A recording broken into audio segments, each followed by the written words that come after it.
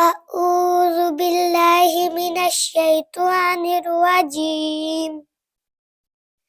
بسم الله الرحمن الرحیم.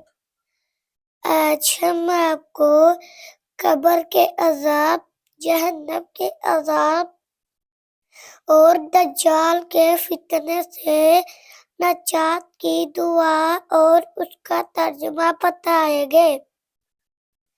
اللہم انی اعوذ بک